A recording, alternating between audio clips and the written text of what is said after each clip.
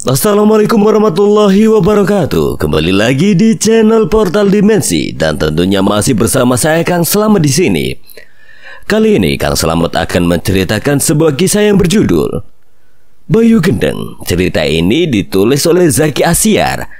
Dan sebelum kita masuk ke ceritanya, buat kalian yang belum subscribe channel ini, tekan tombol subscribe-nya terlebih dahulu dan tekan tombol notifikasinya agar kalian tidak ketinggalan cerita terbaru dari Portal Dimensi. Dan jangan lupa follow Instagram dari Portal Dimensi juga. Gak usah berlama-lama lagi, langsung saja kita masuk ke ceritanya. Bayu Gendeng.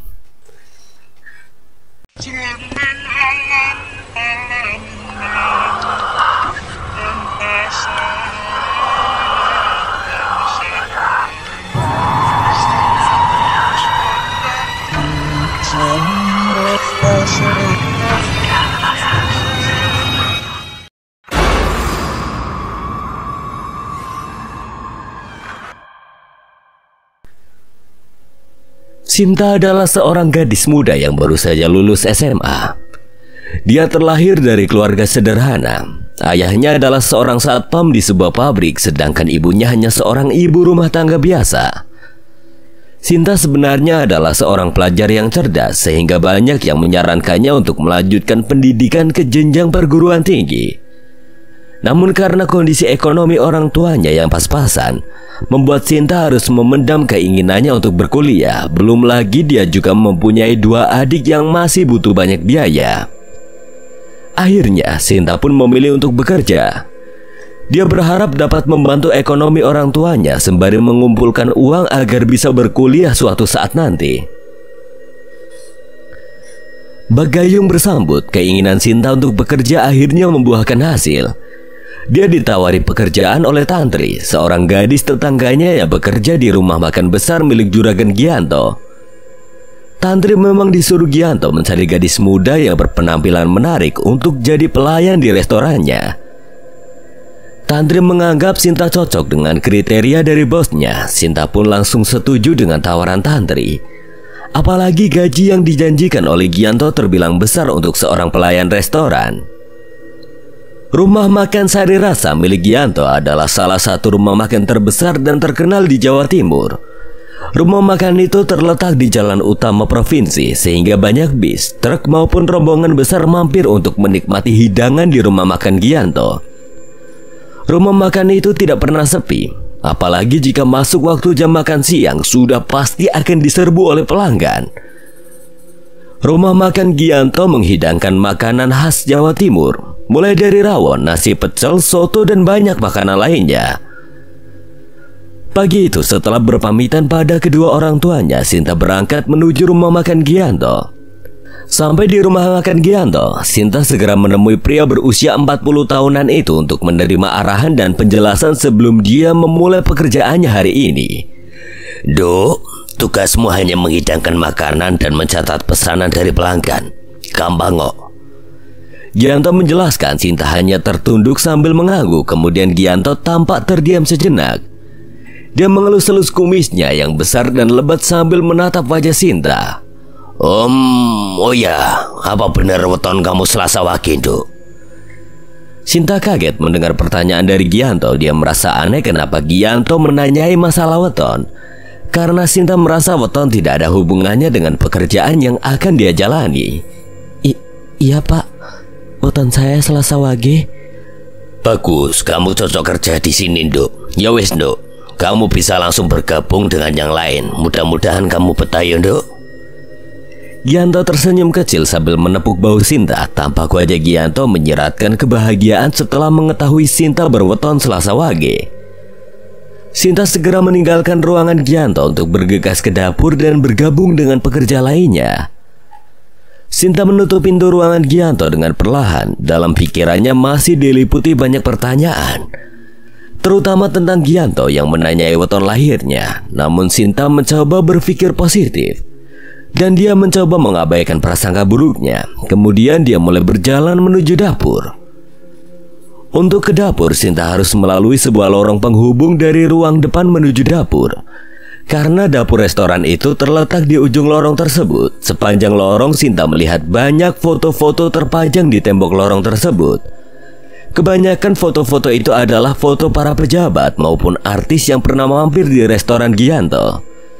Tampak pula Gianto yang tersenyum sambil berfoto dengan orang-orang terkenal. Namun ada satu foto yang menarik perhatian Sinta, yaitu foto Gianto bersama istri dan anaknya.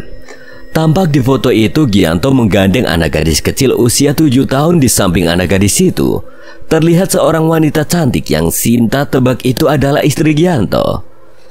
Sinta berhenti sejenak dan mengamati foto itu. Oh, ini keluarga Pak Gianto ya. Sinta masih mengamati foto itu dengan seksama. Tak lama kemudian fokusnya sedikit terganggu ketika dia mendengar suara erangan mirip hewan buas dari dalam sebuah kamar yang pintunya tertutup rapat dan tak jauh dari tempatnya berdiri. Suara erangan itu terdengar berat dan mengerikan. Seketika Sinta merasakan aura lorong itu terasa berubah. Suara hiruk pikuk yang tadinya terdengar nyaring dari dapur yang berada di ujung lorong pun seketika hening saat suara erangan itu terdengar di telinga Sinta. Suara itu mirip suara hewan buas yang bersiap menerkam buruannya. Sinta tertegun, bulu kuduknya meremang, keringat dingin mulai membasahi keningnya. Perlahan dia berjalan mendekati kamar yang tak jauh dari tempatnya berdiri tersebut. Kemudian saat dia sampai di depan pintu kamar, Sinta mendekatkan telinganya ke pintu. Dia ingin memastikan apakah suara mengerikan itu berada di dalam kamar tersebut. Sinta merasakan dingin di daun telinganya ketika daun telinganya mulai dia tempelkan di pintu. Nafasnya kian memburu, jantungnya berdetak kencang. Kemudian, "Kamu ngapain, Duk?" ucap Gianto sembari menepuk bahu Sinta. Sinta terkejut dan seketika melompat karena keterkejutan. Pak Gianto, saya... "Aku kan nyuruh kamu segera ke dapur. Kenapa kamu malah berdiri di sini?" Pak, tadi saya... "Ya wis, sana buruan ke dapur dan jangan pernah kamu membuka kamar ini, Nduk. Kualat nanti kamu. Paham kamu, Nduk?" Sinta hanya bisa mengangguk. Lalu berjalan ke dapur. Sinta mempercepat jalannya. Sekilas dari ekor mata dia masih bisa melihat Gianto yang berdiri di belakangnya dan terus menatap ke arahnya. Sore tiba, Sinta akhirnya bisa sedikit mengambil nafas setelah seharian dia disibukkan dengan banyaknya pelanggan. Aduh, capek banget ya. Pelanggannya banyak banget, hampir tidak ada waktu untuk sekedar duduk dan istirahat. Ini masih biasa, Sin. Ntar lihat aja kalau saat musim mudik kamu bakalan lebih kewalahan lagi dengan banyaknya pelanggan. Benar kan, Tri? Tapi tidak apa-apa, yang penting gajinya lumayan. Mendengar tawa dari Sinta membuat Tantri berhenti sejenak dari pekerjaannya. Tampak sekilas dia melirik ke arah Sinta. Tawamu ngingetin aku kepada Rianti, Sin. Mirip sekali suara tawanya seperti kamu. Rianti itu siapa, Tan? Tantri sesaat terdiam. Dia berhenti membersihkan meja. Kemudian dia mengambil nafas dalam-dalam dan menghembuskannya dengan cepat. Raut wajahnya juga tampak sedih. Rianti itu temanku. Dulu dia pelayan di sini hingga akhirnya kenapa, Tan? Dia meninggal, Sin. Dia kena penyakit aneh, tubuhnya kaku, matanya melotot dan banyak orang bilang dia jadi tumbal restoran ini. Sinta terkejut bukan main saat mendengar ucapan dari Tantri. Bulu kuduknya langsung meremang. Kamu jangan nakut-nakutin aku, Tan. Aku kan baru sehari kerja, aku jadi takut dengar ceritamu. Sudah jadi rahasia umum, Sin, kalau Pak Gianto itu bersekutu dengan iblis. Yang penting kita harus tetap hati-hati. Kamu tahu kamar yang di lorong itu kan? Itulah tempat ritualnya Pak Gianto. Kamu jangan sekali-kali masuk kamar itu, Sin. Dulu si Rianti ditemukan terbaring kaku di kamar itu. Jangan pernah kepo atau pengen tahu lah. Yang penting niat kerja aja, nggak usah macem-macem di sini. Sinta hanya terdiam mendengar ucapan Tantri. Dia sesekali menelan ludah karena ketakutan. Bagi Sinta kini telah jelas bahwa memang ada keanehan di tempat ini, terutama di kamar misterius itu. Sinta sebenarnya ingin bercerita tentang suara raungan yang dia dengar di kamar itu, tapi dia urungkan karena dia tidak mau menambah ketakutan pada Tantri. Ih, kok ngeri ya Tan. Tapi kalau keluar dari sini ya sayang, soalnya gajinya gede. Tapi aku juga takut nanti aku jadi tumbal restoran ini. Tantri terdiam sejenak. Dia seperti mengingat sesuatu sesaat setelah mendengar ucapan Sinta. Kemudian dia meraih tasnya lalu mengambil sesuatu dari dalam tasnya. Setelah itu Tantri mendekat ke arah Sinta. Dia menarik lengan Sinta lalu memakaikan sebuah gelang yang terbuat dari akar pohon yang dianyam rapi dan berbau sangat wangi. Sinta pun terkejut dengan perubahan Tantri. Ini apaan Tan? Sinta terkejut sambil memandangi gelang yang kini melingkar di pergelangan tangan kirinya. Ini gelang pemberian dukunku. Dia bilang gelang ini bisa menolak bala. Dengan memakai gelang ini kamu akan aman dari gangguan makhluk di sini. Nih lihat, aku juga pakai. Aku salah satu karyawan terlama di sini dan sampai saat ini aku aman dan tidak menjadi sasaran tumbal karena aku memakai gelang tolak bala ini. Apa benar gelang ini bisa menolak bala? Tapi aku gak enak sama Tantri kalau menolak pemberiannya. Gumam Sinta dalam hati. Kemudian Sinta tersenyum kecil dan berterima kasih pada Tantri yang telah memberikannya gelang tersebut. Hari-hari pun berlalu. Sinta semakin larut dalam kesibukan hingga tak terasa kini Sinta telah 3 bulan bekerja di rumah makan Gianto. Dengan gaji yang dia terima, Sinta telah mampu membeli sebuah motor metik bekas dan tidak lupa dia juga menabung untuk modal berkuliah satu saat nanti. Hari itu restoran Gianto dibooking oleh sebuah instansi besar untuk sebuah acara perpisahan salah satu petinggi instansi tersebut. Sinta dan Tantri pun sangat sibuk hari itu karena tamu dari instansi tersebut cukup banyak dengan acara yang lumayan panjang. Sehingga mereka berdua harus lembur untuk membersihkan restoran setelah acara tersebut selesai. Kalian pulangnya setelah semua beres yo. Aku harus pulang lebih dulu karena ada keperluan. Dan ini kunci restoran aku titipkan ke kalian. Tolong kalau sudah selesai bersih-bersih, kalian kunci pintu dan bawa pulang saja kuncinya. Karena mungkin besok aku tidak ke sini. Baik Pak. Singkatnya, Tantri dan Sinta membersihkan restoran dan sekitar pukul 8 malam mereka berdua akhirnya menyelesaikan pekerjaannya. Tantri mengunci pintu restoran. Biar aku yang pegang kuncinya ya Sin. Ya udah kita pulang yuk. Capek banget hari ini. Sinta tampak tidak memperdulikan ucapan Tantri. Dia terlihat sibuk mencari sesuatu. Sinta mengacak-acak tasnya, merogoh saku celananya dan tampak panik mencari sesuatu yang tidak kunjung dia temukan. Kamu cari apa sih Sin? Kunci motor Tan. Kunci motorku nggak ada. Ya elah, bukannya kamu gantung kunci itu di dapur? Ya Allah, aku lupa. Terus gimana nih Tan? Aku harus masuk lagi ke restoran. Temenin aku dong. Nih kunci restoran, kamu masuk sendiri ya Sin. Aku tunggu di luar aja ya. Gak apa-apa kan? Sinta sedikit kesal karena Tantri tidak mau menemaninya mengambil kunci motornya. Kemudian dengan gontai Sinta meraih kunci restoran dari tangan Tantri. Kemudian Sinta bergegas masuk ke dalam restoran sendirian. Sampai di restoran, Sinta menyalakan lampu lorong ke arah dapur. Namun karena restoran sangat sepi, dia merasakan hawa yang sangat mengerikan di lorong tersebut. Seketika bulu kuduknya meremang. Lorong yang hanya beberapa meter itu terasa seperti sebuah terowongan panjang dan mengerikan saat ini. Sinta mempercepat jalannya dengan nafas memburu. Dia bisa mendengar langkah kakinya sendiri yang nyaring dengan kesunyian. Tak lama kemudian dia telah sampai di dapur. Dia mengedarkan pandangan untuk mencari kuncinya. Hingga akhirnya dia melihat kunci itu tergantung di atas kulkas. Alhamdulillah ketemu. Aku harus buru-buru keluar dari tempat ini. Kemudian Sinta kembali berjalan melalui lorong penghubung dapur dan ruang depan. Ketika dia tepat berada di samping kamar misterius itu, Sinta kembali mendengar suara raungan hewan buas yang mengerikan. Langkahnya seketika terhenti. Ketika suara raungan itu terdengar, tubuh Sinta seketika kaku dan tidak bisa bergerak.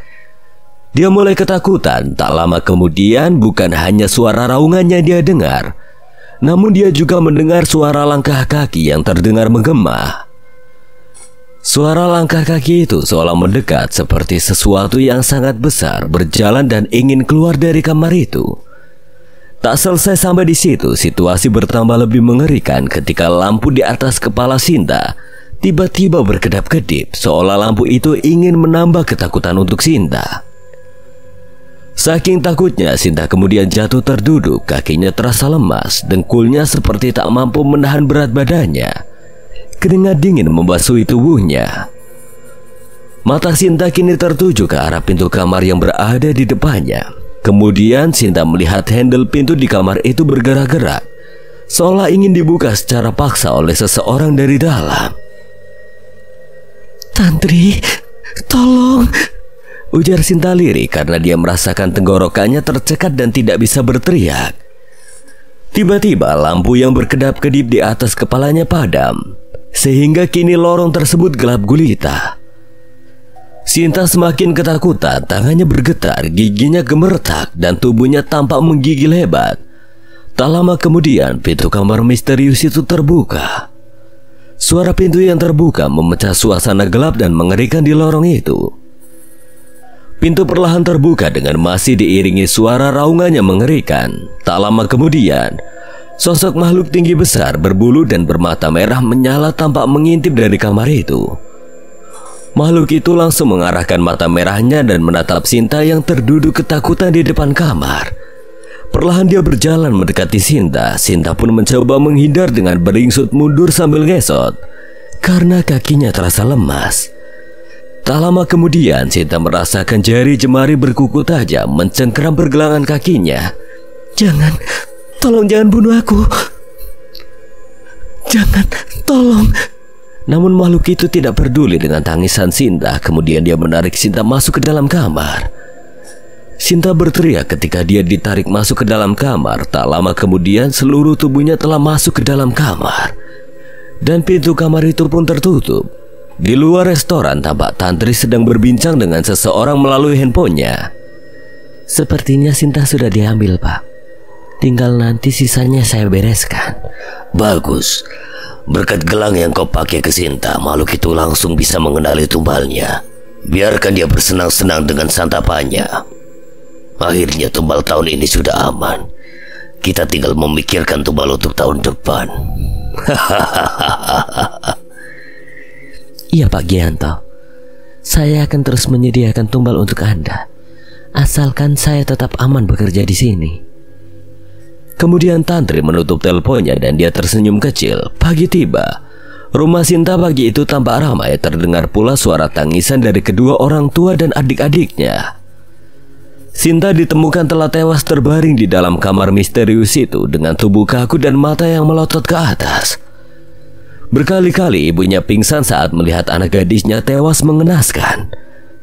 Menurut laporan Gianto, Sinta tewas karena terpleset saat membersihkan kamar tersebut dan kepalanya terbentur lantai dengan keras. Keluarga Sinta pun tidak menuntut apapun dan menganggap semua ini murni kecelakaan. Tampak pula pagi itu Tantri dan para karyawan restoran Gianto ikut melayat di rumah duka. Di tempat lain, di sebuah desa yang tidak jauh dari tempat tinggal Sinta. "Woi, keluar kau dukun-gadungan! Kau apakan istriku? Sekarang istriku gila karena perbuatanmu!" teriak Karjo memaki di depan sebuah rumah kecil dari anyaman bambu. "Bajingan, dasar dukun biadab! Kau apakan anakku? Anakku kini tertawa terus kayak orang sableng. Sembuhkan anakku segera, atau kau akan mati!" Jono menenteng parang. Pagi itu banyak orang berkumpul di depan sebuah rumah kecil dari anyaman bambu yang berada di ujung desa. Mereka menuntut pertanggungjawaban dari Bayu, seorang pemuda yang mengaku bisa menyembuhkan berbagai penyakit yang diakibatkan oleh hal gaib. Tapi bukan kesembuhan yang didapatkan oleh para warga, melainkan warga yang dia obati justru jadi gila dan terus-menerus tertawa tanpa henti. Bayu mengintip dari dalam rumah. Dia panik dan mulai ketakutan. "Sialan, mereka menyerbu ke sini. Aku harus segera kabur." "Woi, keluar kau, atau kami bakar gubukmu!" "Sialan, gara-gara si kakek tua brengsek itu, aku jadi kena marah para warga." Bayu kemudian mencoba kabur dari pintu belakang. Bergegas dia berlari ke arah pintu belakang. Ketika pintu belakang dia buka, ternyata sudah ada 3 orang pria yang menantinya. Akhirnya kau keluar juga, dukun gadungan. Tunggu dulu, ini semua salah paham. Jelaskan alasanmu nanti di depan Pak Lurah. Tugas kami hanya untuk meringkusmu. Kemudian mereka bertiga langsung melesat mencoba menyerang Bayu. Ketiga pria itu menerjang dari arah depan ketika mereka semakin dekat dan hampir menangkap Bayu. Pemuda itu dengan gesitnya melompat tinggi, kemudian dia menggunakan kepala salah satu pria yang menyerangnya sebagai pijakan. Lalu dia turun dan segera berlari meninggalkan 3 pria itu. Selamat tinggal, kalian tidak mungkin bisa menangkapku. Hehe. Semoga keluarga kalian lekas sembuh ya. Melihat hal itu, ketiga pria tersebut segera berteriak memberitahu para warga lain yang berkumpul di depan rumah. Semua warga geram dan bergegas untuk mengejar Bayu. Tapi saat para warga ingin bergegas mengejar Bayu, tiba-tiba, "Tunggu, jangan kejar dia!" teriak seorang perempuan. Seketika seluruh warga berhenti lalu menengok ke arah suara perempuan itu. "Marsini, kau sudah sembuh, Bu," ucap Karjo saat melihat istrinya yang kini telah sembuh seperti sedia kala. Sebelumnya Marsini menderita penyakit aneh, kakinya tiba-tiba lumpuh saat dia berjualan di pasar. Keluarganya menduga Marsini terkena santet dan kini dia telah sembuh setelah berobat pada Bayu. "Iya Pak, aku dan para warga telah sembuh. Memang efek pengobatan itu pada awalnya kita tertawa terus-menerus seperti orang gila. Dan setelah itu kami sembuh, Pak." Marsini mendekat ke arah Karjo. Karjo langsung memeluk istrinya dengan penuh kebahagiaan. Anak Jono pun juga telah sembuh dari penyakit anehnya. Semua ini berkat Bayu yang telah menyembuhkan para warga yang terkena penyakit aneh akibat makhluk gaib maupun santet. Para warga pada akhirnya mengurungkan niatnya untuk menangkap Bayu. Kini mereka dalam hati berterima kasih pada Bayu yang telah menyembuhkan keluarga mereka. Para warga juga menyesal telah membuat Bayu pergi dari kampung itu. Di sisi lain, Bayu terus berlari meninggalkan desa untuk menyelamatkan diri dari amukan warga. Tak terasa kini Bayu telah sampai di desa tempat tinggal Sinta. Bayu merasa lelah dan haus karena terlalu memaksakan kakinya untuk berlari. "Aduh, aku haus sekali." Kemudian dia merogoh saku celananya berharap ada uang di sakunya untuk dia gunakan membeli air kemasan. Nah, sialan, dompetku ketinggalan di gubuk. Aku tidak mungkin kembali ke desa itu. Kemudian dengan penuh kekecewaan, Bayu meneruskan perjalanannya. Tak lama dia berjalan, akhirnya dia melihat dari kejauhan banyak orang berkumpul di sebuah rumah. Rumah itu adalah rumah orang tua Sinta. Wah, ramai sekali rumah itu. Barangkali aku bisa mendapatkan air dan makanan di sana. Bayu lalu bergegas mendatangi keramaian di rumah orang tua Sinta. Di tengah perjalanan, Bayu berpapasan dengan Gianto yang berjalan bersama Tantri dan beberapa karyawan restorannya. Gianto berjalan menuju mobilnya setelah selesai melayat ke rumah Sinta. Ketika Bayu berpapasan dengan Gianto, Bayu merasakan aura jahat yang sangat kuat dari Gianto. Namun Bayu tidak memperdulikan hal itu. Dia bergegas menuju keramaian dan berharap mendapatkan air minum juga makanan ringan. Bayu terkejut ketika mengetahui keramaian itu adalah acara duka. Dia melihat beberapa orang bersiap mengangkat jenazah Sinta yang diiringi bacaan tahlil juga tangisan dari keluarga Sinta. Bayu segera duduk di salah satu kursi dan mengambil air dalam kemasan. Bayu juga memakan kacang yang tersaji di meja sambil mendengar seorang kiai berceramah sebelum memberangkatkan jenazah ke kuburan. Bayu merasakan ada sesuatu yang aneh dari kematian Sinta.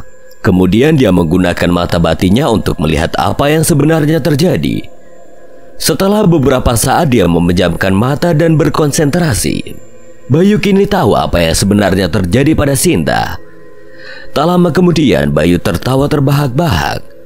Tawa Bayu terdengar sangat keras hingga Pak Kiai pun berhenti berceramah. Pandangan para pelayat seketika menoleh ke arah Bayu. "Ya anak muda, apa maksudmu tertawa seperti itu? Kamu sungguh tidak punya sopan santun." "Hehehe, lucu sekali, sangat lucu. Kalian ini mau ngubur apa?" Itu tuh gedebok pisang yang kalian kafani, bukan manusia. Sontak semua orang yang mendengar ucapan Bayu pun kaget. Brengsek, apa maksudmu ngomong seperti itu? Dasar orang gila. Kemudian sambil mengunyah kacang, Bayu berdiri lalu berjalan mendekati keranda di mana jenazah Sinta disemayamkan. Lihat ini kalau tidak percaya. Bayu menarik kain penutup keranda lalu dia mengucap mantra-mantra dan kemudian menarik jenazah Sinta dari dalam keranda hingga jenazah itu pun terjatuh ke lantai. Bayu lalu membuka kafan yang membungkus tubuh Sinta dengan paksa dan melemparkan tubuh itu ke halaman rumah. Semua orang seolah terhipnotis dan hanya bisa tertegun melihat kelakuan Bayu. Mata mereka memandang dengan seksama tubuh Sinta yang menggelinding setelah dilempar oleh Bayu. Tak lama kemudian tubuh yang menggelinding itu berhenti dan berubah menjadi gedebok pisang. Semua orang terkejut bukan main melihat fenomena aneh di depan mata mereka. Bayu hanya tersenyum kecil kala melihat para warga yang penuh dengan keterkejutan. Tuh lihat, yang kalian kafani dan akan kalian makamkan itu cuma gedebok pisang. Sesaat semua orang tertegun melihat keanehan di depan mata mereka. Lalu ayah Sinta terlihat berjalan mendekati ke arah Bayu. Bagaimana bisa jasad Sinta jadi gedebok pisang? Terus sekarang di mana anakku? Wah, aku kenal pemuda itu. Kamu Bayu Gendengan, bukan gadungan yang terkenal di kampung sebelah. Dia sudah banyak bikin orang di kampung sebelah jadi gila. Teriakan dari warga itu sontak membuat semua orang yang hadir menatap Bayu dengan tatapan tajam. Beberapa di antaranya juga terlihat kesal. Waduh, aku ketahuan. Aku harus kabur. Kemudian Bayu bergegas untuk melarikan diri karena dia merasa percuma memberikan penjelasan pada para warga di situ. Ketika Bayu ingin melarikan diri, dia dicegah oleh seorang perempuan. Dia adalah Bu Sari, ibunya Sinta. Bayu menghentikan langkahnya karena dihadang oleh Bu Sari. Mereka berdua sejenak berpandangan. Kemudian tiba-tiba Bu Sari berlutut dan memegang kaki Bayu. Anak saya bagaimana keadaannya, nak? Apakah dia masih bisa selamat? Waduh Bu, jangan seperti itu. Anak sampean mungkin masih bisa selamat. Justru aku yang tidak selamat jika tidak buru-buru kabur. Tolong anak saya, nak. Saya mohon.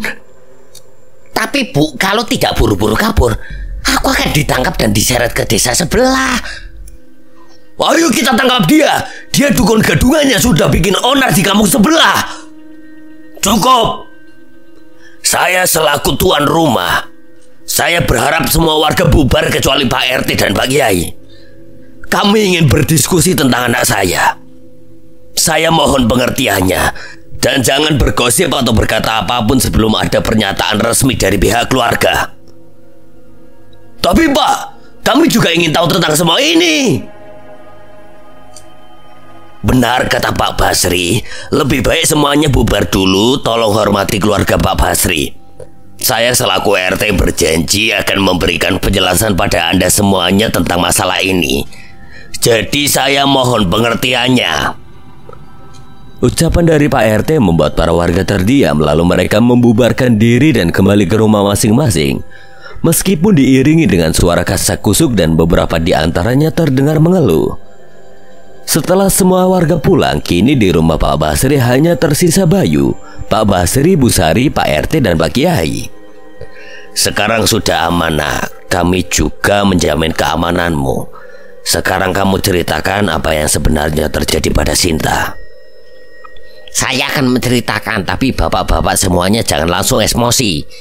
Kita harus menghadapi semuanya dengan kepala dingin. Tapi boleh tidak sebelum cerita, saya minta kopi manis dulu. Udah buruan cerita, jangan banyak minta-minta. Walah Pak RT, lebih enak kan cerita sambil ngopi gitu loh. Tak lama kemudian, Bu Sari langsung bergegas ke dapur dan kembali lagi dengan 4 gelas kopi. Nah, gini kan mantap. Ayo Pak, gak usah sungkan, dinikmati dulu kopinya. Pak RT, Pak Kiai, dan Pak Basri seketika mengambil nafas dalam dan menghembuskannya dengan kasar, tanda mereka sangat kesal dengan Bayu. Wah, mantap banget kopimu Bude. sambil ngerokok kretek 76 lebih mantep lagi nih. Buruan cerita, jangan muter-muter gak jelas. Iya. Jadi gini Bu, Pak, anak gadis sampean itu ditumbalkan oleh bosnya. Dia dibawa ke alam gaib oleh makhluk peliharaan bosnya, namun sepertinya dia masih hidup. Kalau kita bergegas, mungkin kita bisa menyelamatkan anak gadis sampean. Orang-orang di situ saling beradu pandang ketika mendengar ucapan Bayu. Ibu Sinta langsung menangis terisak mendengar ucapan Bayu. Bener ndak omonganmu itu? Kalau salah sama saja kamu telah mendebar fitnah. Lah Pak Yai kan lihat sendiri tubuh gadis itu jadi gedebuk gedang. Itu tipuan dari makhluk peliharaan si bos gadis itu. Itu tipuan kuno Pak, jadi saya bisa langsung tahu. Berarti benar isu yang tersebar kalau Gianto itu pengikut iblis. Terus gimana nak rencanamu? Iya nak, tolong anak saya. Dia masih muda. Kasihan jika harus mati seperti ini. Itu gampang, asalkan kalian tahulah. Asalkan apa? Jangan banyak berteka-teki di saat yang genting kayak gini. Yo asalkan dibayar mahal no. Soalnya saya harus bertaruh nyawa untuk menyelamatkan anak itu. Iya baik. Berapapun saya bayar, asal anak saya selamat. Bener kan Pak? Ini mahal loh. Saya minta 100 juta gimana? Pak Basri beserta istrinya dan juga 2 orang lainnya hanya terdiam. Mereka tenggelam sejenak dalam lamunan, karena uang segitu memang sangat besar bagi mereka. Baik, saya siap bayar. Bahkan kalau perlu rumah ini saya jual, asalkan anak saya selamat. Wah siap. Nah gitu mantep. 2 hari lagi malam Jumat Pon, dan itu saat yang tepat untuk saya menyelamatkan anak sampean. Tapi saya juga punya permintaan buat sampean semua. Sekarang dengarkan aku. Ini rencananya. Bayu kemudian menjelaskan rencananya. Tanpa Pak Basri, Pak Kiai dan Pak RT mendengarkan dengan seksama rencana Bayu. Di alam lain tempat Sinta diculik. Bangun woi, bangun. Suara perempuan muda membangunkan Sinta. Tak lama kemudian Sinta terbangun. Matanya mengerjap mencoba mengenali tempat yang begitu asing di matanya. Sesaat kemudian, sesosok wajah asing tiba-tiba nampak di depan matanya. Kamu siapa? Ternyata sudah waktunya. Kau pasti tumbal selanjutnya ya.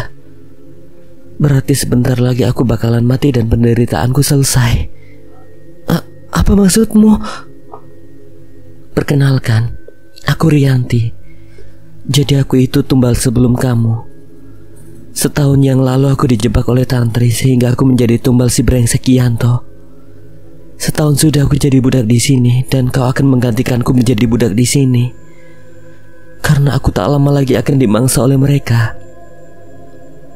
Dulu aku juga begitu ketika aku datang, gadis yang menjadi tumbal sebelumku akhirnya dimangsa oleh makhluk itu. Jadi dengan kedatanganmu waktu kematianku sudah dekat. Sinta terkejut mendengar ucapan Rianti, lalu dia mengingat kejadian yang menimpanya hingga dia akhirnya terjebak di alam ini. Sinta kemudian menangis terisak mendengar ucapan Rianti. Sudah jangan menangis. Percuma juga kamu menangis karena tidak akan mengubah apapun. Sebentar lagi makhluk itu akan datang dan meminta makan. Aku akan mengajari kamu cara menghidangkan makanan pada mereka. Karena setahun ini pekerjaanmu hanya melayani mereka makan. Kalau kamu tidak sanggup, maka keluargamu akan dihabisi oleh mereka, seperti yang terjadi pada seorang gadis beberapa tahun lalu. Jadi kita di sini juga berusaha menyelamatkan keluarga kita di rumah. Tak lama kemudian terdengar suara langkah kaki berat dan keras. Langkah kaki itu sampai membuat tanah berguncang. Itu dia datang. Ayo kita sambut dia. Kemudian Rianti dan Sinta berdiri dan berjalan menuju ke sebuah ruangan mirip warung makan besar. Sepanjang mereka berjalan, hanya kegelapan yang menyelimuti mereka, seolah mereka berada di sebuah daerah yang luas dan gelap gulita. Hanya warung makan itu yang terlihat terang dengan cahaya obor yang temaram. Sinta dan Rianti kemudian masuk ke dalam warung tersebut. Warung itu dari anyaman bambu besar dengan atap dari daun kelapa. Rianti menarik tangan Sinta dan berdiri di depan meja besar di depan warung. Tak lama kemudian dari kejauhan tampak makhluk tinggi besar berwarna hitam dengan mata merah menyala mendekat ke arah mereka. Sinta tampak ketakutan, tapi dia melihat Rianti begitu tenang di sampingnya. Tak lama kemudian makhluk itu telah berdiri tepat di hadapan mereka. Kini terlihat jelas di mata Sinta makhluk mengerikan itu. Tubuhnya besar dipenuhi bulu berwarna hitam dengan taring-taring besar yang memenuhi mulutnya. Tampak pula air liur yang menjijikan membasahi taring itu. Aku minta mata, usus dan kulit. Cepat! Baik Tuan. Rianti memberikan Sinta sebuah pisau tajam. Kemudian mereka berdua menuju sebuah ruangan di dalam warung itu. Sinta terkejut bukan kepalang ketika masuk ke ruangan itu, karena di tengah ruangan nampak gadis kecil usia 7 tahun merintih kesakitan. Tubuhnya terbaring di sebuah papan kayu. Tangan dan kakinya diikat dan ditarik ke ujung papan sehingga gadis kecil itu tampak terlentang. Sinta, ayo cepat. Kamu ambil kedua mata gadis itu, biar aku yang ambil usus dan kulitnya. Sinta terkejut mendengar ucapan Rianti. Dia masih tertegun tak percaya. Kemudian dia melihat Rianti mendekat ke anak kecil itu. Lalu Rianti merobek perutnya dan memotong usus gadis itu. Si gadis berteriak kesakitan. Sinta benar-benar mual sekaligus ketakutan melihat Rianti merobek perut si gadis. Sinta, buruan sini. Kalau kamu lama dia bisa marah dan akan menghabisi keluargamu. Kemudian dengan perlahan Sinta berjalan mendekat. Dia terkejut bukan kepalang saat melihat wajah anak gadis itu, karena dia teringat foto yang dia lihat di lorong restoran Gianto. Anak ini adalah anak gadis Gianto. Ayo buruan Sinta, kau congkel matanya. Perlahan Sinta dengan bergetar mengarahkan pisaunya ke mata gadis itu. Kemudian pisau itu perlahan masuk ke samping mata si anak gadis malang itu. Lalu sambil menangis dengan nafas terengah-engah, Sinta mencongkel mata si gadis tersebut. Si anak gadis berteriak kesakitan ketika Sinta mencongkel matanya, dan tak lama kemudian darah menyembur membasahi wajah Sinta. Setelah Sinta berhasil mengambil 2 bola mata si anak, dia menaruh bola mata itu ke dalam piring. Kini mata, usus dan kulit telah diambil, lalu mereka menghidangkannya ke makhluk menyeramkan itu. Makhluk tersebut memakannya dengan lahap. Sinta sampai risih saat mendengar suara bola mata yang pecah ketika makhluk itu menggigitnya. Tak lama kemudian, setelah makanan habis, makhluk itu pergi dan menghilang di kegelapan. Akhirnya dia pergi. Sinta hanya diam terpaku. Dia benar-benar tidak percaya dengan apa yang barusan dia lakukan. Sinta tertegun dengan wajahnya masih penuh darah si anak gadis yang dia congkel matanya. Apa maksudnya semua ini, Rianti? Ya, tugas kita menghidangkan makanan dari tubuh anak itu. Dia anak Gianto yang dia tumbalkan sebagai tumbal pertama. Setelah kita ambil organnya, tak lama kemudian dia akan sembuh seperti sedia kala.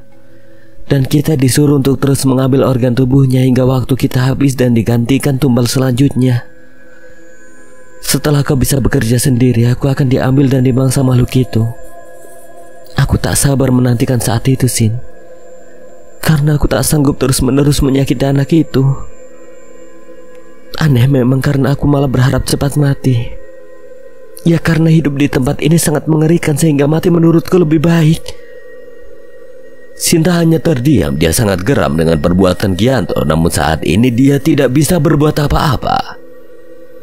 Malam Jumat pun tiba. Malam itu Bayu ditemani Pak Basri dan juga Pak RT datang ke restoran Gianto. Sedangkan Pak Kiai disuruh Bayu mengumpulkan remaja masjid untuk menggelar doa bersama di rumah Pak Basri. Mereka datang mengendap ke restoran Gianto. Mereka menunggu restoran itu tutup hingga akhirnya sekitar pukul 8 malam. Tantri terlihat mengunci restoran tersebut. Bayu segera melesat dan mendorong leher Tantri dengan parang dari belakangnya. Serahkan kunci itu padaku, atau lehermu putus. Ampun, siapa kau? Kau tidak perlu tahu siapa aku. Yang harus kau lakukan hanya menyerahkan kunci itu, kalau kau mau tetap hidup. Dengan bergetar dan ketakutan, Tantri menyerahkan kunci restoran pada Bayu. Bayu segera meraih kunci dari tangan Tantri. Lalu Bayu menyerahkan Tantri pada Pak Basri dan Pak RT. Pak RT segera melakban mulut Tantri agar tidak bisa berteriak. Pak RT juga mengikat tangannya. Lalu setelah pintu restoran terbuka, mereka semua masuk ke dalam. Kemudian Tantri diikat di dapur, sedangkan Bayu bersama Pak RT dan Pak Basri berjalan mendekat ke pintu kamar misterius itu. Sekilas Bayu berpandangan dengan Pak RT dan Pak Basri. Kemudian Bayu membuka pintu kamar misterius tersebut. Bau wangi dupa semerbak tercium saat pintu itu terbuka. Bayu menyalakan lampu lalu masuk ke kamar itu. Terlihat di dalam kamar sebuah meja yang penuh dengan sesaji dan dupa yang masih menyala. Bayu berkeliling di dalam kamar itu seperti mencari sesuatu. Pak RT dan Pak Basri, kalian pastikan tidak ada orang yang masuk ke kamar saat aku melakukan ritual. Karena siapapun yang masuk kamar saat aku melakukan ritual, dia bisa tersesat ke alam gaib. Jadi sekarang sampean berdua tunggu saja di luar pintu dan pastikan pintu tetap tertutup sampai saya selesai menjemput Cinta. Pak RT dan Pak Basri hanya mengangguk pelan, lalu keduanya keluar dan menutup pintu kamar itu. Keduanya kini berjaga di luar kamar. Setelah pintu tertutup, Bayu duduk bersila menghadap tembok kamar. Dia memejamkan mata dan tampak berkonsentrasi. Mulutnya bergerak-gerak mengucap mantra dan doa-doa. Kemudian saat dia membuka mata, kini tembok di hadapannya menghilang dan berubah menjadi sebuah tempat yang gelap dan sunyi. Bayu berdiri sambil menatap sejenak tempat sunyi di depannya. Dia terus berjalan dan kini dia masuk ke dalam sebuah hutan yang gelap. Dia masih terus berjalan hingga dia menemukan sebuah padang luas yang juga gelap dan sunyi. Tak lama berjalan, dari kejauhan Bayu melihat sebuah bangunan layaknya warung dari anyaman bambu. Tampak juga cahaya obor yang temaram menerangi warung bambu itu. Pasti ada di sana. Mbak, pesen kopi. Tak lama kemudian keluarlah Sinta dan Rianti dari dalam warung.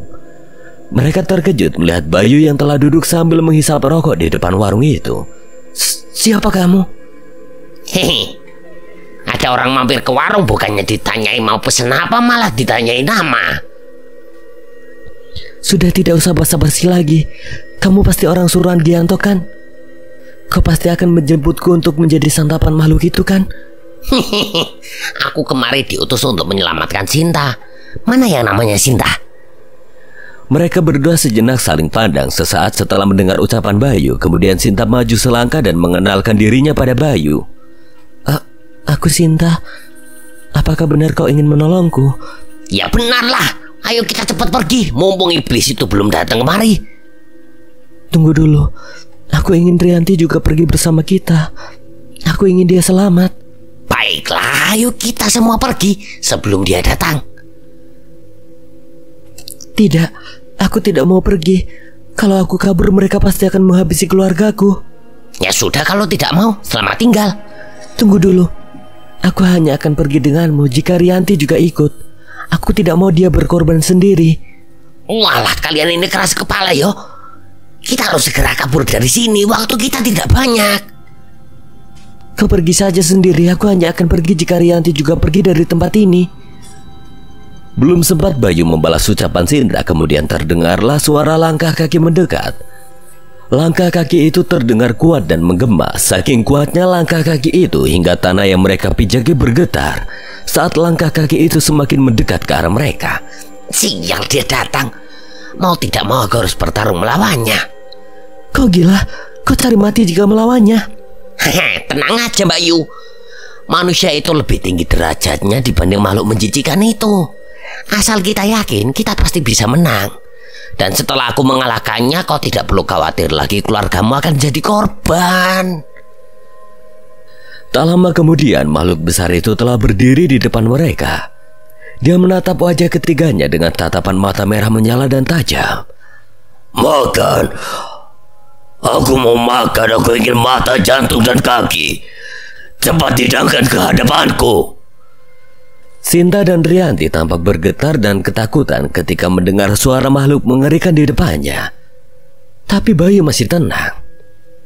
Hehe, kau mau mata? Ini ambil mataku jika kau bisa. Siapa kau? Berani-beraninya kau berdiri menantangku. Hehehe, gendruwo rendahan kayak kamu tidak perlu tahu siapa namaku. Sekarang bersiaplah untuk modar. Bayu langsung menghujamkan kedua parangnya ke arah jantung makhluk itu. Si genderuwo tampak tak menghindar. Dia tampak membiarkan tubuhnya diserang oleh Bayu, dan ketika kedua parang Bayu menghujam tubuhnya, terdengarlah suara benturan yang sangat keras. Bayu terkejut karena ternyata tubuh genderuwo itu sangat keras. Bahkan percikan api terlihat ketika kedua parang Bayu menghujam ke tubuh makhluk itu. Senjatamu hanya terasa geli bagiku. Bayu melesat dan mencoba menyerang lagi, namun setiap tebasannya tidak mempan melawan tubuh keras si genderuwo. Bayu melakukan kombinasi serangan. Dia melompat, berputar dan melayang sambil menghujamkan senjatanya ke tubuh makhluk itu.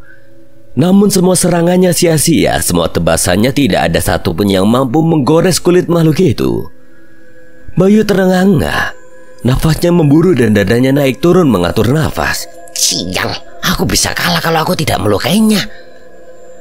Belum sempat Bayu bersiap, tiba-tiba si genderuwo melesat dan secepat kilat telah melayangkan pukulan ke arah Bayu. Sekilas Bayu dapat melihat kepalan tangan besar di depannya. Bayu tak sempat menghindar. Dia terkena pukulan telak dari makhluk itu. Bayu terhempas hingga berpuluh-puluh meter jauhnya. Sinta dan Rianti tampak khawatir melihat Bayu dihajar oleh makhluk itu.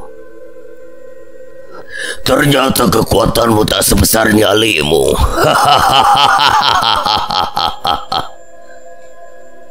Bayu mencoba bangkit dengan tertatih. Kemudian dia bersila dan mengucap mantra-mantra.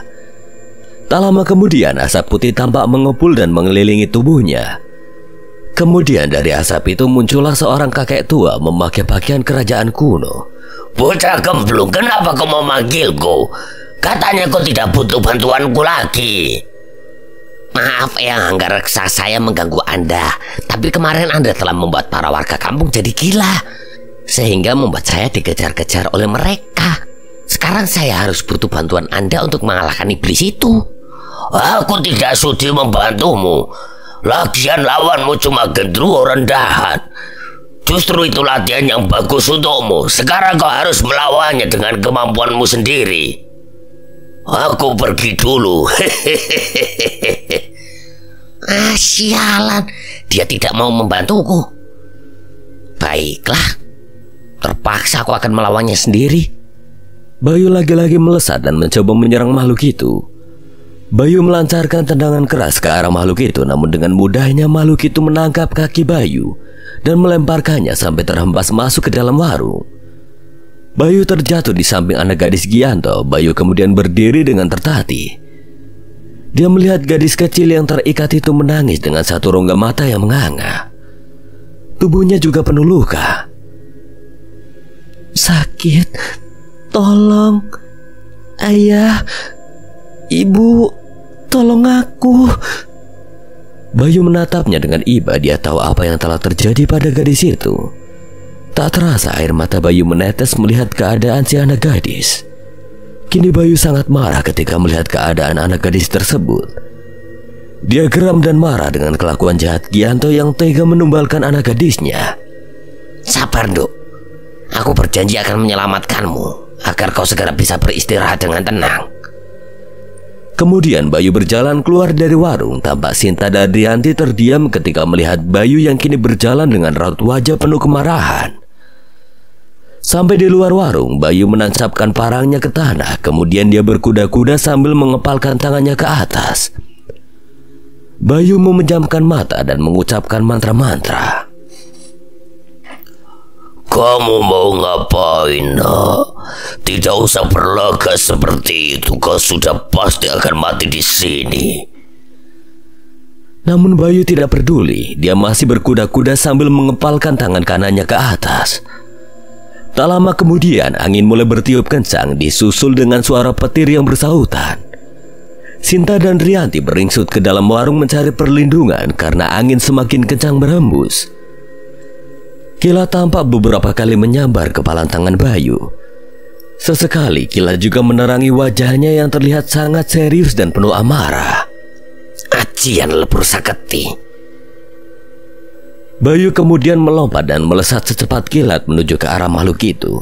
Bayu melayang menuju arah kepala si makhluk tersebut. Dia mengepalkan tangan kanannya. Terlihat petir masih menyambar-nyambar kepala tangannya. Kemudian dengan sekuat tenaga dia memukulkan kepalan tangan itu tepat di kepala si gendruwo. Suara benturan pukulan Bayu terdengar sangat keras. Makhluk itu hanya terdiam dan tidak nampak menghindar. Dia merasa bisa menahan pukulan Bayu. Kemudian setelah melancarkan pukulan itu, Bayu mendarat ke tanah. Dia mendarat dengan terduduk jongkok sambil terengah-engah. Gendruwo itu sesaat terdiam hingga suasana di tempat itu sesaat begitu sunyi. Tak lama kemudian dia tertawa. Tidak mempan. Pukulanmu tidak mempan.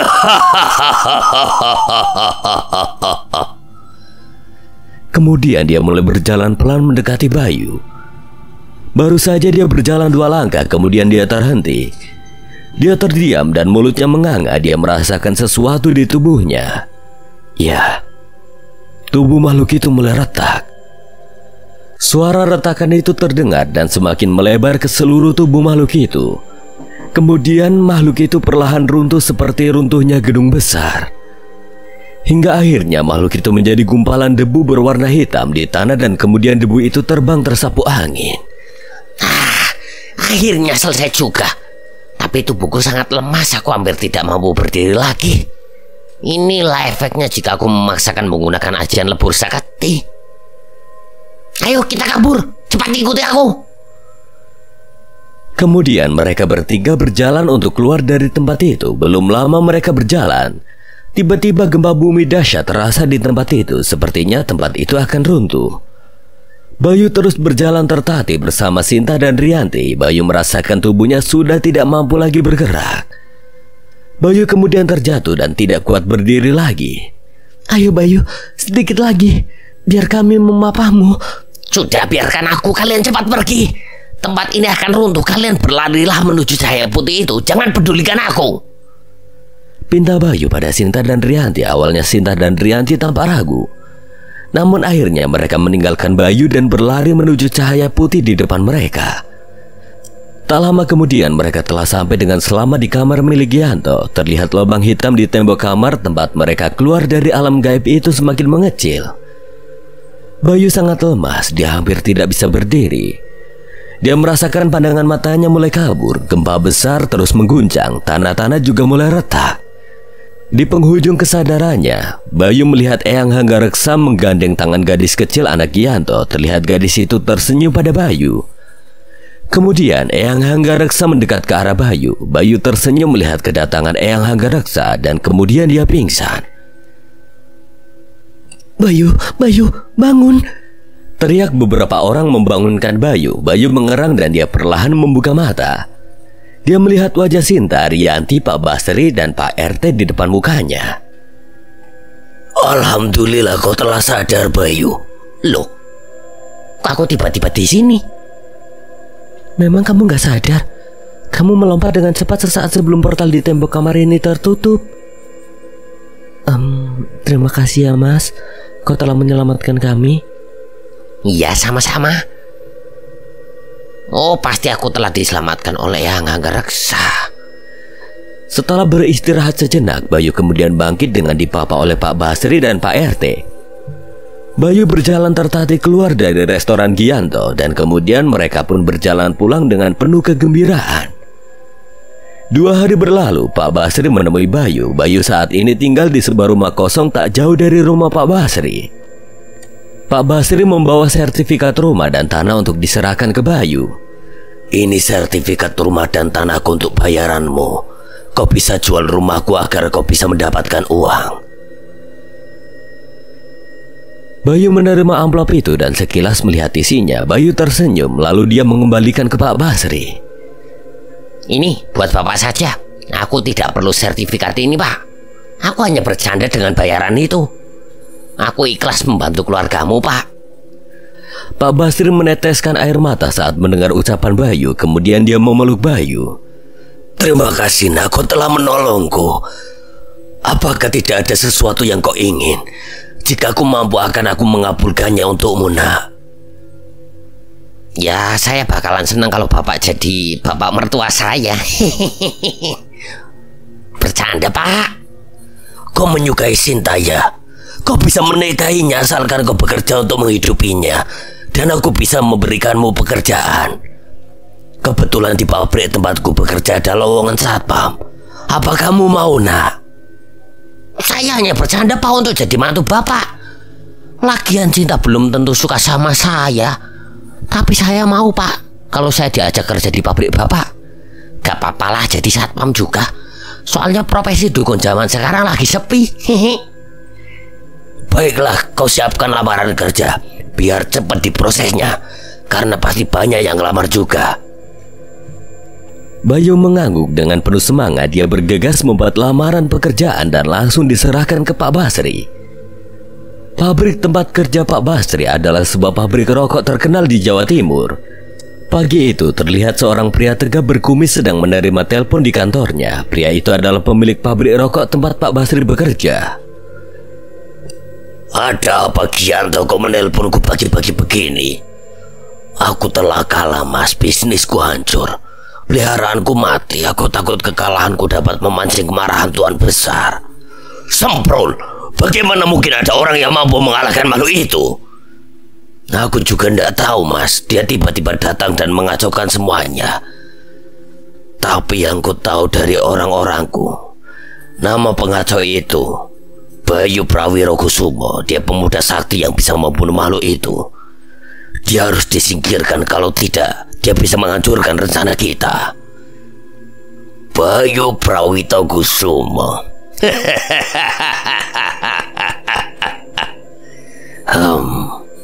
Menarik juga.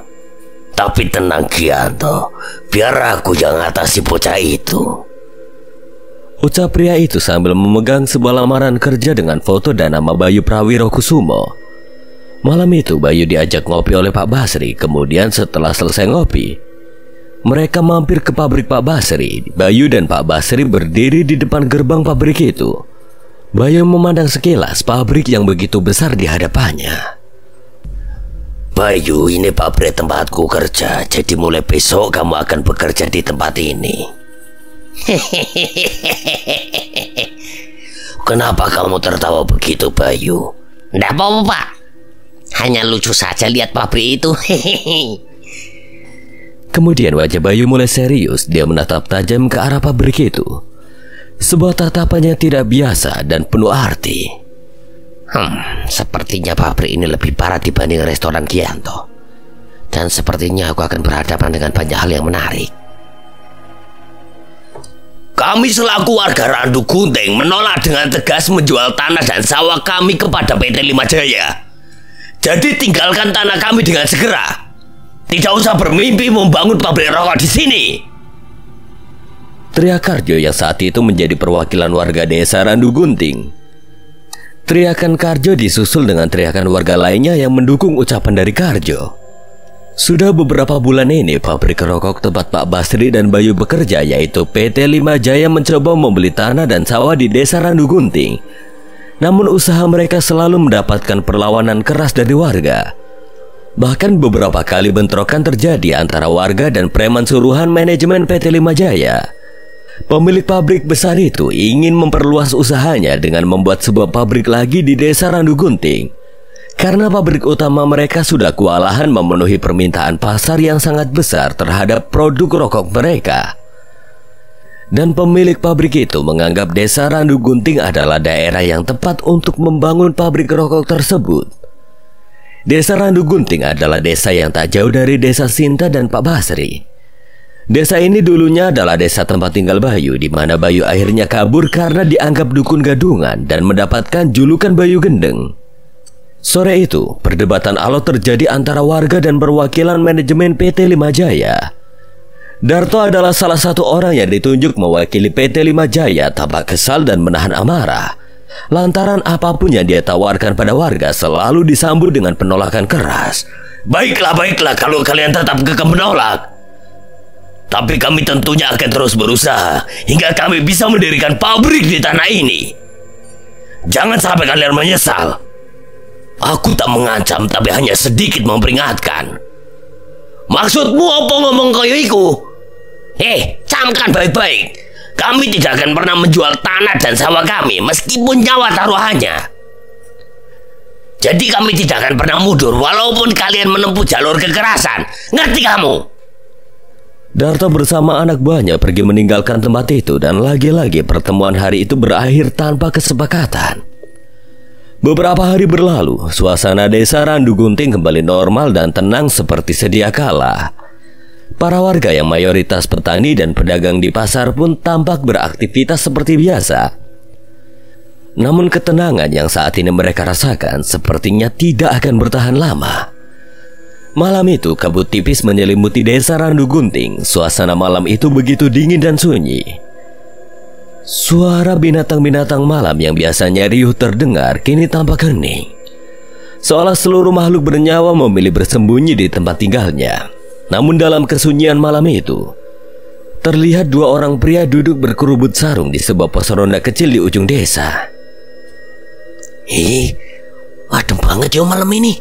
Sayang kita harus ronda. Padahal kalau Nan sama istri di rumah bakal lebih mantap nih. Ini sudah tugas kita, Man. Jangan ngeluh mulu. Tapi malam ini kamu ngerasa ada yang aneh nggak, Man? Aneh apa, Jo? Jangan cerita tentang demit lu malam-malam gini. Bentar, Man. Kamu dengar sesuatu nggak? Coba kamu pasang kuping kamu, Man. Kayaknya ada suara aneh deh. Apa, Jo? Aku nggak dengar apa-apa iki, Jo. Tiba-tiba suara kentut Bejo terdengar keras lalu disambut gelak tawa dari Bejo. Tuh, denger gak, Man? Wow, asu Jo. Kirain ada apa? Ternyata suara kentut. Bajingan. Keduanya tertawa terpingkal-pingkal, namun tak lama kemudian tawa mereka terhenti ketika dari kejauhan mereka melihat sebuah bola api besar dan sangat terang terbang mendekat ke arah mereka. Itu apa, Jo? Wah, kayaknya itu Banaspati, Man. Jangan-jangan ada yang ngirim santet, Man. Tak lama kemudian bola api terang itu melintas di atas pos ronda mereka dan terus terbang hingga kemudian terjatuh di salah satu atap rumah warga. Wah, bener kayaknya, Jo. Itu Banaspati. Itu jatuh di rumah siapa, Jo? Nggak tahu, Man, itu jatuh di rumah siapa. Yang pasti ada yang berbuat jahat pada salah satu warga di kampung kita, Man. Dan yang aku tahu, Banaspati adalah santet yang kuat dan kejam, Man. Dari dalam kamarnya, Marsini, istri dari Karjo, terkejut dan seketika terbangun dari tidurnya ketika dia mendengar suara benda yang asing terjatuh dengan keras di atas atap rumahnya. Suara apa itu? Pak, bangun, Pak. Pak, bangun. Marsini mencoba membangunkan Karjo dengan menggoyang-goyangkan tubuhnya, tapi pria itu masih tetap tertidur pulas. Karena usahanya untuk membangunkan suaminya nihil, Marsini memberanikan diri untuk mencari tahu apa yang barusan terjatuh di atap rumahnya sendirian. Dia kemudian berjalan mendekati pintu kamarnya. Sampai di depan pintu kamarnya, dia mulai memutar gagang pintu. Seketika pintu kamarnya terbuka dan dia bisa melihat ruang tengah rumahnya yang sepi. Kemudian dia melangkah keluar kamar, lalu ia menutup kembali pintu kamarnya. Sesaat setelah dia menutup pintu, sayup-sayup di telinganya, dia mendengar suara perempuan yang bernyanyi sebuah langgam Jawa kuno. Suara perempuan yang bernyanyi itu sangat lembut namun menebarkan aura yang sangat mistis dan mengerikan. Marsini seketika merinding di sekujur tubuhnya ketika dia mendengar suara nyanyian perempuan itu. Ingin rasanya dia kembali masuk ke kamarnya, namun tubuhnya seperti digerakkan untuk berjalan menuju ke arah suara tersebut berada. Meskipun diliputi dengan rasa ketakutan, ia masih terus berjalan perlahan menuju suara perempuan yang menyanyikan langgam Jawa itu. Marsini juga dapat merasakan detak jantungnya yang tidak beraturan dan tubuhnya yang mulai bergetar. Semakin dia berjalan mendekat, suara perempuan yang bernyanyi itu semakin keras terdengar. Kini Marsini hampir sampai di ruang depan rumahnya, di mana di ruang depan itu terdapat beberapa kursi yang biasa untuk menerima tamu. Marsini yang muncul di ruang tengah segera mengarahkan pandangannya ke arah ruang tamu. Suasana temaram yang menyelimuti rumahnya semakin menambah aura mistis dan entah kenapa Marsini sampai lupa menyalakan lampu. Ketika kepalanya menoleh ke ruang tamu, di kursi ruang tamu itu tampak sesosok wanita berkebaya hitam sedang duduk membelakanginya. Wanita itu masih terus bernyanyi langgam Jawa sambil tangannya mengelus-elus rambutnya yang panjang. Dia seperti tak memperdulikan kedatangan Marsini. Marsini terkejut melihat wanita itu. Tubuhnya juga semakin bergetar ketakutan. Siapa kamu? Wanita itu langsung terdiam sesaat setelah Marsini menegurnya. Kini dia tidak lagi menyanyi. Dengan masih berposisi membelakangi Marsini, wanita itu tiba-tiba memutar kepalanya dengan perlahan ke belakang menghadap Marsini.